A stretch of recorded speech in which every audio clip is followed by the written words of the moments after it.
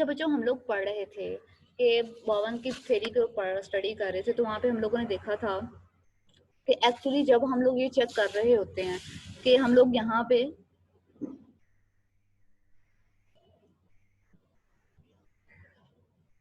एक मिनट बच्चों। अच्छा बच्चों, बावन की थ्योरी को हम लोग पढ़ रहे थे। अब हम लोगों ने कुछ गोल्स एक्चुअली वहाँ पे जाकर स्टडी करने थे। अब हम इन गोल्स को जब देख रहे होते हैं तो वहाँ पे सबसे पहला जो आप हम लोगों ने गोल देखा था वो है इवेल्युएशन इंटरव्यू। अब हम लोग ये देख रहे थे कि इवेल्युएशन इंटरव्यू में हम लोग क्या करते हैं एक्चुअली इवेल्युएशन इंटरव्यू में। अच्छा बच्चों, इवेल्युएशन इंटरव्यू में एक्चुअली ये होता है कि हम लोग फैमिली की कैरेक्टरिस्टिक्स देखना चाह रहे होते हैं, या आपके पास अगर कोई पर्सन आया है वो डिफरेंट किसी भी प्रॉब्लम के साथ आया है या कोई प्रॉब्लम लेके आया है, अब वो प्रॉब्लम उस पर्सन को या उसकी फैमिली को किस किस तरह से इफेक्ट कर रही है, या उसके आप ये कह लें कि फैमिली के इमोशनल सिस्टम को किस तरह से डिस्टर्ब कर रही है। तो इवेल्युएशन इंटरव्यू में बाजू का ये होता है कि हम किसी एक पर्सन को ले लेते हैं, या मतलब जिसके साथ भी आपका कोई प्रॉब्लम है, और बाज़-औक़ात मतलब 52 के अकॉर्डिंग ये था कि आपकी मर्ज़ी है कि आप एक टाइम पे सिर्फ़ एक ही पर्सन से इंटरव्यू करना चाह रहे हैं, या एट अ टाइम आप फैमिली के किसी न किसी और पर्सन को भी अंदर इन्वॉल्व करना चाह रहे हैं, या आप उनको भी देखना चाह रहे हैं। जैसे फॉर एग्जांपल अगर कोई बच्चा है, अब आपको लगता है कि फैमिली में कोई भी मसला है या कोई भी परेशानी है तो उस बच्चे या स्टूडेंट की वजह से है, तो वहाँ पे आप क्या करेंगे, आपकी मर्जी है कि आप उस बच्चे से जब बात कर रहे होंगे, आपने इंटरव्यू लेना स्टार्ट किया है, अब आपको थोड़ा बहुत आइडिया हो गया है कि वो पर्सन अपने पेरेंट्स में से मदर के साथ ज्यादा कनेक्टेड है या फादर के साथ ज्यादा कनेक्टेड है, वो उन दोनों में से किसके होते हुए बात करना ज्यादा इजी समझ रहे हैं। तो वहां पे कहीं ना कहीं आप ये कह सकते हैं बच्चों कि आप उसका भी कंसेंट ले लेते हैं इस सिनेरियो में, और उस पर्सन को भी, या आप मदर और फादर में से किसी ना किसी एक को अपने साथ बिठा लेते हैं जब आप वो इंटरव्यू कंडक्ट कर रहे होते हैं। लेकिन बाजों का ये होता है कि अगर उसे आपको लग रहा होता है कि वो इन मदर या फादर या पेरेंट्स की बजाय किसी ना किसी, आप ये कह लें कि अपने सिबलिंग के साथ, अपने किसी ना किसी बहन भाई के साथ ज्यादा अटैच है, या वो उनके साथ ज्यादा अच्छे वे में काम कर सकता है, तो फिर वहां पे आप उस बहन भाई को अंदर कर लेते हैं, यानी कि आप उस इंटरव्यू में उसको ले आते हैं। और इवेल्युएशन इंटरव्यू ऑब्वियसली आप क्या पूछ रहे होते हैं उसमें स्पेसिफिकली बच्चों, यहाँ पे एक टारगेट तो आपका ये भी होता है कि आप एक ट्रायंगल बनाते हैं। ट्रायंगुलेशन के बारे में हम लोगों ने कल पढ़ा था ना, क्या पढ़ा था बच्चों ट्रायंगुलेशन के बारे में? इकरा तारीख बताओ मैम को। कोई भी बता दे मैम मेरे तो थी नहीं। चले जो थे मैम वो ये बता बताएगी। दे।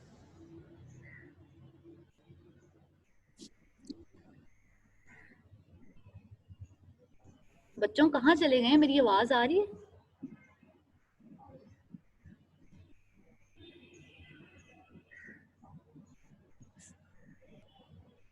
इकरा तारीख आप कहाँ हैं प्लीज? यस यस मैम आ गई है इकरा तारीख, ये भी बताएगी। अच्छा चले बच्चों, मैं ही बता देती हूँ ट्रायंगुलेशन के बारे में। मुझे लगता है मैं भी कहीं ना कहीं किसी ना किसी को ना आवाज आ रही हो, जिस वजह से इकरा ने नहीं बताया, किसी और ने नहीं बताया, क्योंकि स्टूडेंट भी बच्चों थोड़े कम हो गए हैं, इस वजह से कि शायद वहाँ पे उनका भी कोई ना कोई नेट का इशू आ रहा हो। अच्छा बच्चों, ट्रायंगुलेशन का मतलब ये होता है कि जैसे हम लोगों ने कल पढ़ा था कि दो फैमिली मेंबर्स हैं। अब दो फैमिली मेंबर्स के दरमियान कोई भी कॉन्फ्लिक्ट हो सकता है, कोई भी मसला हो सकता है, किसी बात पे आपस में नाराज हो सकते हैं, या किसी बात में एक दूसरे को नहीं बुलाना चाह रहे होते, मतलब कोई भी मसला हो सकता है। अब वहां पे जब किसी भी ट्रायंगुलेशन मतलब किसी भी फैमिली में अगर वहां पे उन दोनों मेंबर्स में से कोई एक पर्सन ऐसा है जो कि इमोशनली इतना ज्यादा स्टेबल नहीं है, यानी कि उस स्ट्रेस को या उन चीजों को वो इतना ज्यादा कोप अप नहीं कर सकता। मैं बताऊं जी मैम, पहले मुझे याद नहीं आ रहा था। अब मैम इसने गूगल कर लिया है। जी जी मैम कोई नहीं बात गूगल नहीं किया मैम। मैंने अभी पढ़ा, मुझे भी मैसेज किया लाइक पढ़ा। चले कोई बात नहीं, कोई बात नहीं, मैंने एटलीस्ट थोड़ी पढ़ तो प्राइवेट में लिया। मैसेज किया। अच्छा बच्चों, तो उनमें से जब कोई पर्सन कोई भी पर्सन है उनमें से वो इमोशनली इतना ज्यादा स्टेबल नहीं है, यानी कि उस कॉन्फ्लिक्ट की स्ट्रेस को इतना ज्यादा बियर नहीं कर पाता, तो वो क्या करता है, उसे कि जिसके साथ भी ज्यादा दोस्ती होगी या फैमिली में किसी के साथ ज्यादा दोस्ती होगी, तो वो कहीं ना कहीं अपने उस कॉन्फ्लिक्ट को रिजोल्व करने के लिए वो थर्ड पार्टी को अंदर इन्वॉल्व कर लेते हैं। और जब भी कोई थर्ड पार्टी अंदर इन्वॉल्व होती है तो ऑब्वियसली आप उस पर्सन को इन्वॉल्व करते हैं जिसकी आपको लग रहा होता है कि जो सामने वाला पर्सन है, यानी कि जिसके साथ आपका कॉन्फ्लिक्ट चल रहा है, कि वो उसकी बात यानी कि थर्ड पार्टी की कही हुई बात एक्चुअली उसके ऊपर भी इफेक्ट करेगी, या वो भी उस बात को समझेगा। तो इसी तरह मॉवन एक्चुअली अपने इवैल्यूएशन इंटरव्यू में भी ये करता था कि अब यहाँ पे 2 पर्सन हो गया ना, एक थेरापिस्ट और आपके पास एक क्लाइंट आया, तो वहां पे वो थर्ड पार्टी को इन्वॉल्व करता था कि एक्चुअली क्लाइंट का जो कॉन्फ्लिक्ट है या क्लाइंट का जो प्रॉब्लम है वो एक्चुअली कहीं ना कहीं थर्ड पार्टी के साथ, जिस भी पार्टी के साथ लिंक कर रहा होता है, मतलब किसी बहन भाई के साथ लिंक कर रहा है, पेरेंट्स में से किसी के साथ लिंक कर रहा है, चले दोस्तों में से भी किसी के साथ लिंक कर सकता है, तो वो कहीं ना कहीं उस थर्ड पार्टी या थर्ड पर्सन को भी अंदर इन्वॉल्व कर लेता था इवैल्यूएशन इंटरव्यू में। और फिर ऑब्वियसली इवैल्यूएशन इंटरव्यू में सब लोग जब मिल के आमने सामने बैठ के आप बात कर रहे होते हैं और आपने अंदर उस पर्सन को भी इन्वॉल्व कर लिया है जिसमें आपको लग रहा है कि ये कहीं ना कहीं जो भी मसला है या प्रॉब्लम है वो उसकी वजह से भी है, तो ऑब्वियसली वहां पे उन चीजों को सोल्व आउट करना ज्यादा इजी होता है। फिर वहां पे क्या होता है, क्योंकि आप अपनी फैमिली से बहुत ज्यादा इमोशनली कट ऑफ हो जाते हैं। इमोशनल कट ऑफ भी कल हम लोगों ने पढ़ा था कि इमोशनल कट ऑफ का मतलब ये है कि जब आपको लग रहा होता है कि आप अपनी फैमिली की हार्डशिप्स को या अपनी फैमिली की इमोशनल इंस्टेबिलिटी को ज्यादा बियर नहीं कर पाते, तो इमोशनली फैमिली से दूर होने लग जाते हैं। आप अपनी बहुत सी इंटरेस्ट की चीजें जो है या हॉबीज हैं वो घर से बाहर ढूंढने लग जाते हैं। घर वालों के साथ रहते हैं लेकिन इस तरह से रहते हैं कि इंटरनली आप उनके साथ नहीं होते, बस एक्सटर्नली या फिजिकली हैं। टाइम पे आप घर आ रहे हैं, उन्होंने कोई बात पूछी, आपने जवाब दे दिया, नहीं पूछी तो नहीं पता चला। तो इस वजह से कोई ना कोई, मतलब इस तरह से जब आप इमोशनली कट ऑफ हो जाते हैं, तो यही इमोशनली कट ऑफ को एक्चुअली खत्म करने के लिए वैल्यूएशन इंटरव्यू में हम थर्ड पार्टी को इन्वॉल्व कर रहे होते हैं। फिर ऑब्वियसली वहां पे हम हिस्ट्री ले रहे होते हैं, फैमिली से रिलेटेड हिस्ट्री ले रहे होते हैं, जैसे भी आप सारी हिस्ट्री हम लोग क्लिनिकल इंटरव्यू में लेते हैं ना, फिर बाकी सारा काम आपने इसी तरह करना होता है, लेकिन वहां पे ऑब्वियसली थर्ड पर्सन भी इन्वॉल्व होता है। ठीक है बच्चों, इवैल्यूएशन इंटरव्यू की समझ आ गई? BS 8th। Yes ma'am. अच्छा बच्चों, इसके बाद है जीनोग्राम। जीनोग्राम में भी आपने इससे पहले भी बहुत दफा ये नेम सुना होगा, ये टर्म सुनी होगी। जीनोग्राम क्या होता है इसके बारे में आपको उसकी पिक्चर भी दिखा देती हूँ। चलें पहले पिक्चर ही दिखा देती हूँ।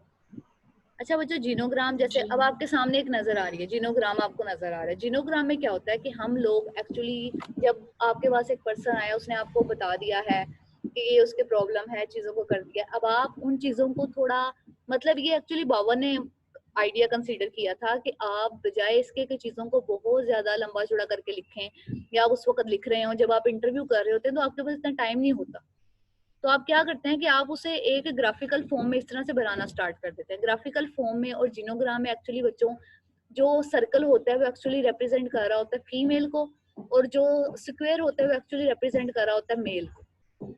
ठीक है, और बाज़ औक़ात अगर हम किसी टारगेट पर्सन पे जब आप बात कर रहे होते हैं या किसी टारगेटेड पर्सन पे बात कर रहे हैं, यानी कि टारगेटेड पर्सन का मतलब है कि जो जिसके साथ प्रॉब्लम है, जब आप प्रॉब्लमेटिक पर्सन के बारे में बात कर रहे होते हैं तो उसके स्क्वायर को, अगर मतलब फॉर एग्जांपल अगर वो मेल है तो स्क्वायर को आप डबल स्क्वायर कर देते हैं, यानी कि उसको डबल लाइन के साथ शो कर दिया जाता है।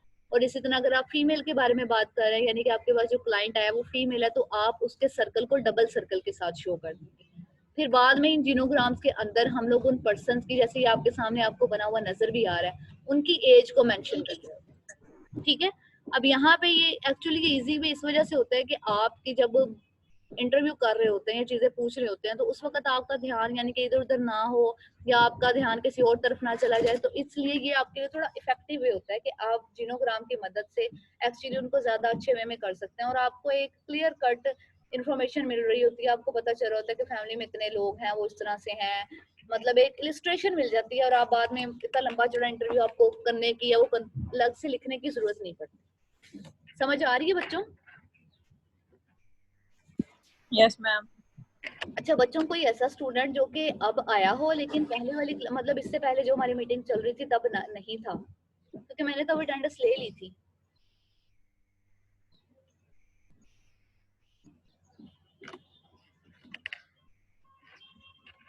अच्छा चलें, अगर होगा तो मुझे बता दीजिएगा। अच्छा बच्चों, हम लोगों ने जीनोग्राम तो आप लोगों ने ये देख लिया है। इस जीनोग्राम में आपको सबसे ऊपर जहाँ पे ग्रैंडपा लिखा हुआ है, तो वहां पे एक नजर आ रहा है कि उनके स्क्वायर के अंदर एक रेड कलर का किया हुआ है और ऊपर हार्ट डिजीज लिखा हुआ है। इस तरह जब ग्रैंडमा की तरफ आप जाते हैं तो वहाँ पे डायबिटीज और थोड़ा सा ब्लू कलर का उन्होंने वहाँ साइड से सर्कल किया है। एक्चुअली जब हम जीनोग्राम बनाते हैं तो जीनोग्राम को जब हम लोगों ने मेडिकली शो करना होता है, तो यहाँ पे अब आपके सामने मेडिकल जीनोग्राम्स के कुछ सिंबल्स और कुछ कलर्स नजर आ रहे हैं कि अगर हार्ट डिजीज होगी तो आप उसको रेड कलर से करेंगे, अगर फीमेल में होगी तो, मतलब मेल में है या फीमेल में है, दोनों में आपने उसको रेड कलर से ही करना है। अगर डायबिटीज होगी तो उसको ग्रीन कलर से करना है, लेकिन बाज़ औक़ात बहुत सी जगहों पर डायबिटीज को वो लोग ब्लू कलर से भी रिप्रेजेंट कर देते हैं। कैंसर है तो आप उसको लाइट पर्पल कलर से करेंगे, अल्जाइमर डिजीज को आप देखने किस तरह से करेंगे, डिप्रेशन को आपने लाइट स्काई ब्लू कलर से करना है। फिर उसके बाद एमनेशिया, ओके बच्चों, उसके बाद एनीमिया को आप लोगों ने करना है, मतलब ये लाइट पिंक कलर है। मतलब ये डिफरेंट कलर की डिजीज है बच्चों। अब यहाँ पे ये सिर्फ आपके सामने जो है ये थोड़ी सी एग्जांपल्स हैं, लेकिन यहाँ पे जब हम मेडिकल में जाते हैं या ऑब्वियसली अब साइकोलॉजिकल के अभी तक मुझे कोई मिली नहीं थी, वरना मैं ढूंढ रही थी कि वो भी मिल जाए, थोड़ा सा आपको थोड़ा ज्यादा आइडिया हो जाता। अब यहाँ पे अगर आपके सामने एक जीनोग्राम आ गई है, तो कोई भी पर्सन जब इस जीनोग्राम को देखेगा तो ऑब्वियसली नेक्स्ट स्टेप होता है कि इस जीनोग्राम को आपने रिप्रेजेंट कैसे करना है, या आप अपने क्लाइंट के साथ मैम डिप्रेशन को डिस्कस कर। मैम डिप्रेशन पे उन्होंने पर्पल कलर किया हुआ है। जी जी मैम डिप्रेशन पे उन्होंने पर्पल कलर किया हुआ है। जो कैंसर पे पर्पल कलर नहीं किया हुआ मैम लाइट पर्पल है डिप्रेशन पे। मुझे लगा शायद स्काई ब्लू है। चलेंगे लाइट मैम स्काई ब्लू ही है, स्काई ब्लू मैम ही जो है। भी कलर है, बस कलर है कोई ना कोई, आप देख लीजिएगा।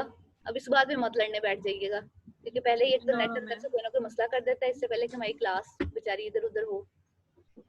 ठीक है मैम। अच्छा बच्चों, अब जीनोग्राम नेक्स्ट, अब आपके सामने एक जीनोग्राम आ गया। जब आप ये जीनोग्राम बना रहे होते हैं, उसके बाद आपने इस जीनोग्राम को एक्चुअली डिस्कस करना होता है अपने क्लाइंट के साथ। क्लाइंट के साथ डिस्कस करने का एक्चुअली कहीं ना कहीं मकसद ये भी होता है कि वो इन चीज़ों को देखेगा तो बहुत सी, मतलब जो उसने इंटरव्यू दिया है या आपने अपने लिए जो डिटेल में इंफॉर्मेशन लिया, हो सकता है उस इंफॉर्मेशन में बहुत सी चीज़ें आप क्लाइंट के साथ अभी डिस्कस नहीं करना चाह रहे हो।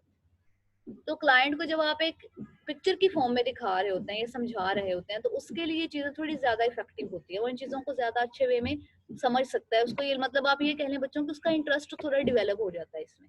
फिर यहाँ पे उसे लग रहा होता है कि इस तरह उसने एक पिक्चर बनाई है या एक फैमिली ट्री बनाया है। जब आप लोग छोटे होते होंगे तो आपकी एसएसटी की बुक में होता है ना एक फैमिली ट्री, कि आप इससे पिक्स लगाएं, अपने फादर की लगाएं, मदर की लगाएं, फिर अपने बड़े बहन भाई की लगाएं, या जितने भी आपके जो फैमिली मेंबर्स हैं, तो वो एक असाइनमेंट दी जाती थी तब। तो उस फैमिली ट्री को जरा आप अपने ध्यान में रखें। तो उसके बाद हम लोगों ने इसकी इंटरप्रिटेशन करनी होती है कि आप इसकी क्या इंटरप्रिटेशन करेंगे, किस तरह से लेकर चलेंगे। उसके बाद बच्चों जो सबसे ज्यादा आप ये कह लें कि इम्पोर्टेंट, कहीं ना कहीं अब यहाँ तक तो आप सिर्फ अभी इंफॉर्मेशन ही गैदर कर रहे हैं, उन चीजों को ही लेकर चल रहे हैं, जीनोग्राम बनाया है, उसकी इंटरप्रिटेशन की है। उसके बाद कहीं ना कहीं बोवन की थ्योरी का जो सबसे ज्यादा, या ये कह लें सबसे ज्यादा इफेक्टिव गोल होता है, वो होता है डी ट्रायंगुलेशन, या आप ये कह लें कि सबसे ज्यादा इंपॉर्टेंट काम या इंपॉर्टेंट गोल उसका डी ट्रायंगुलेशन है। अभी हम लोगों ने ट्रायंगुलेशन के बारे में पढ़ा था कि ट्रायंगुलेशन में क्या होता है कि दो लोगों के दरमियान जब कोई कॉन्फ्लिक्ट है या कोई स्ट्रेस है या कोई प्रेशर है, और वो उस प्रेशर को बियर नहीं कर पा रहे, दोनों बियर नहीं कर पा रहे या उनमें से कोई एक बियर नहीं कर पा रहा, और जिसकी वजह से उसने वहां पे एक थर्ड पार्टी को इन्वॉल्व किया।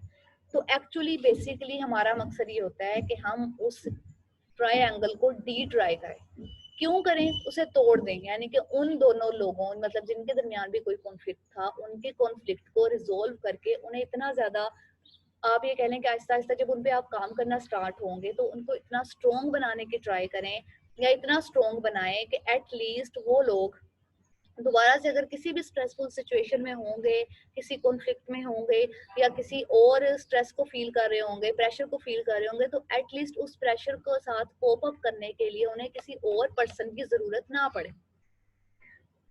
ठीक है बच्चों, यानी कि अब आपने जो बेसिकली आपके पास जो पर्सन आया है, अब आपने स्पेसिफिकली इंडिविजुअली उसको ज्यादा स्ट्रोंग बनाने के लिए वर्क करना स्टार्ट करना है।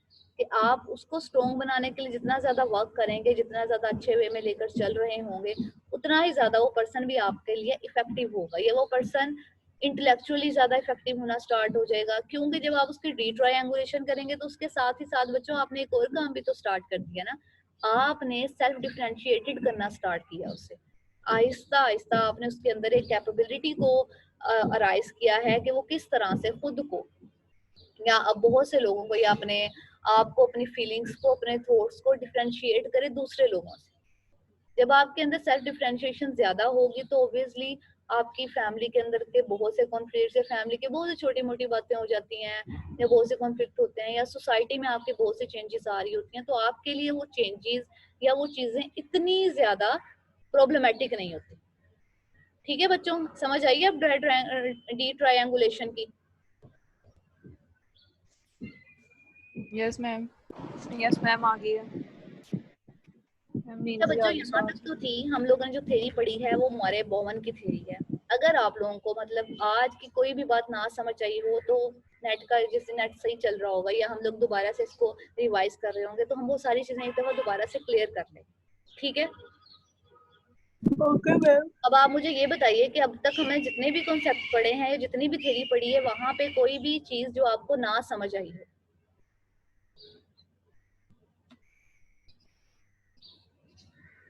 बच्चों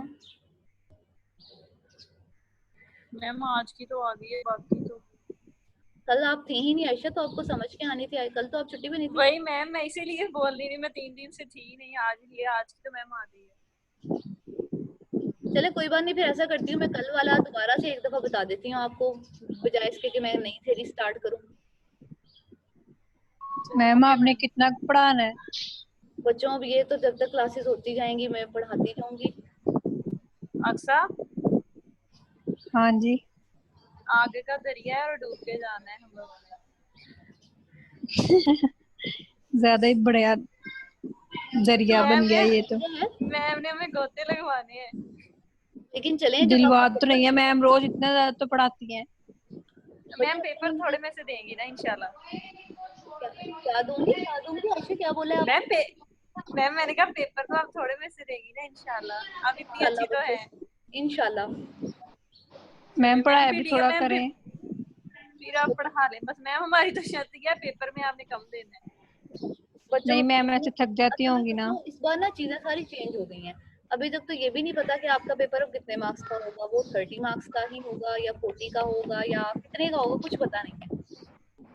और अभी इवन आप ये भी नहीं कह सकते आपकी यूनिवर्सिटी कब ओपन होगी। 15 सितंबर उन्होंने डेट बताई है, लेकिन अब कुछ कहा मैम ये नहीं होनी, आप टेंशन ना लें, इंशाल्लाह नहीं होनी।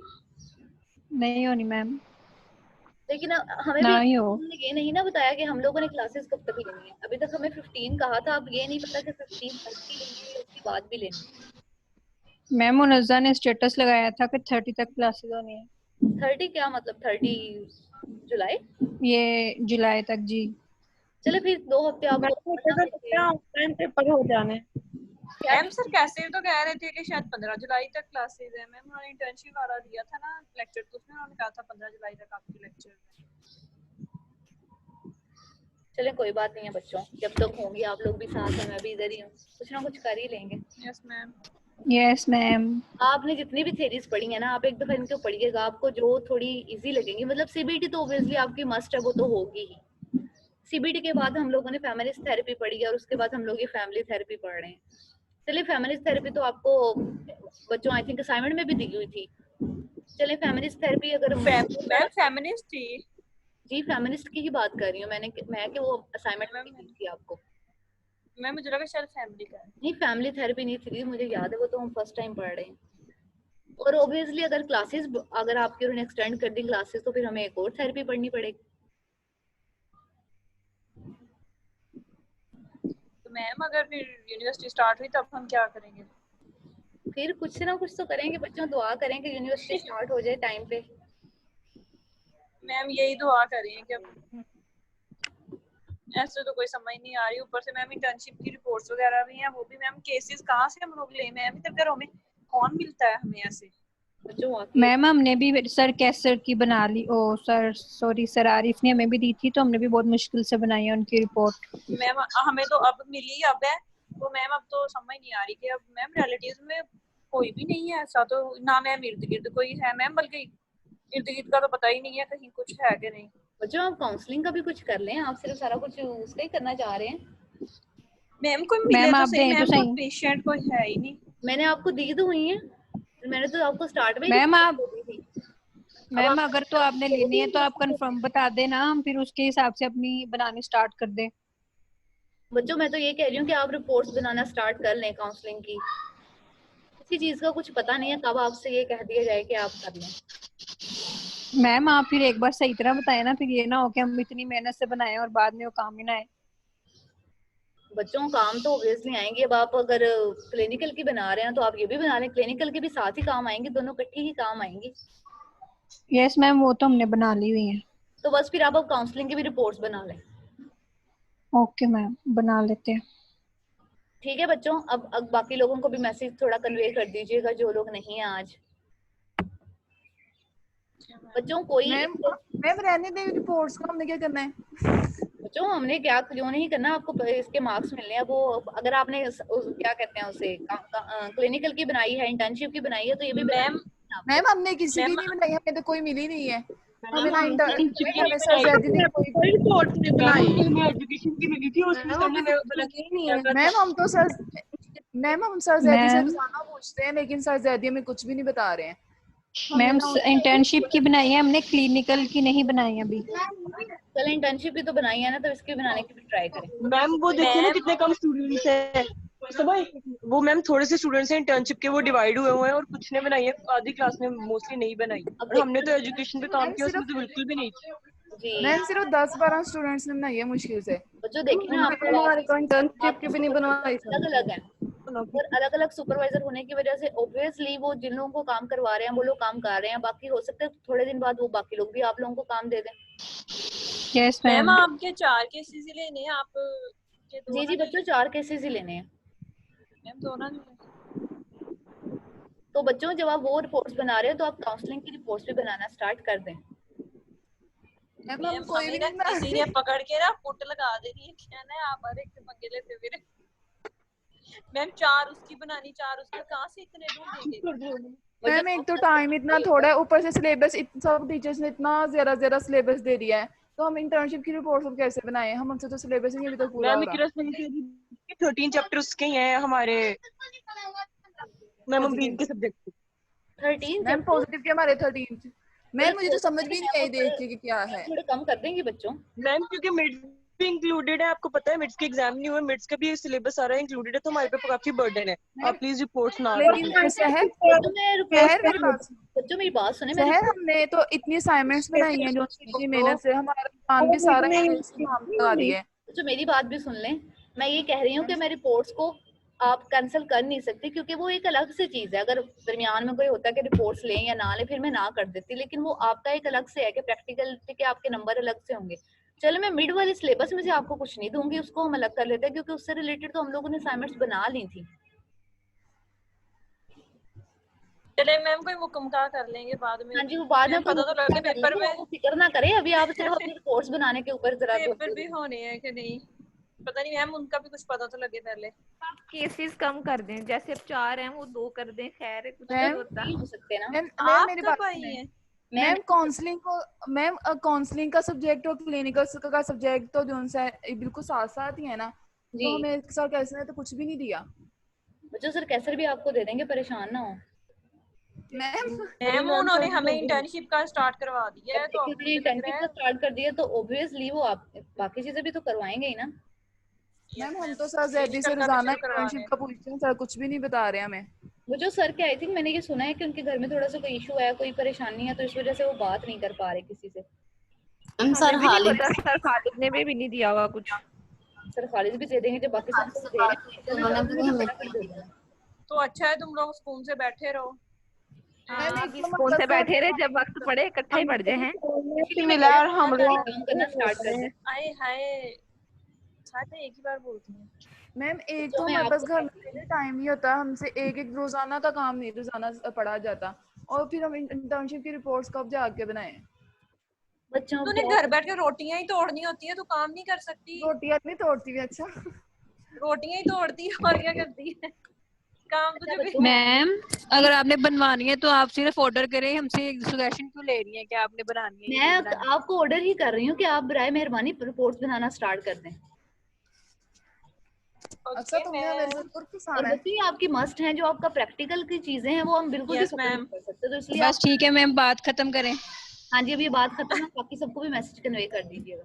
अच्छा बच्चों मेरी दूसरी ओके क्लास मैम। स्टार्ट होने वाली है, मतलब 10 मिनट रह मैम गए, आपकी मैंने क्लास ना स्टार्ट अभी होने ज्वाइन की थी, अगर आपने अटेंडेंस ले लिए तो दोबारा देख ले। मैंने अभी ज्वाइन की थी, मेरी लाइट नहीं थी। मैंने सुस्त अटेंडेंस लोग, ले ली थी, चलो मैं दोबारा देख लेती पता हूँ। नहीं लोग क्यों इतने सुस्त हैं। हाँ सुस्त हैं, तुम्हारी जब लाइट नहीं होती तुम भी तो सुस्ती हुई होती हो। हाँ पहले थी नहीं, जब हम लोग 3:15 बजे के टाइम पे, तब थी आप? No ma'am, no no ma'am. Ma'am. अच्छा ये नहीं थी। मेरा भी देख ले, मेरी भी लाइट जाती है कभी आती है। चले जी, मैंने ले लिया आपकी। ठीक है मैम, थैंक यू। ओके बच्चों, अल्लाह हाफिज। अल्लाह हाफिज।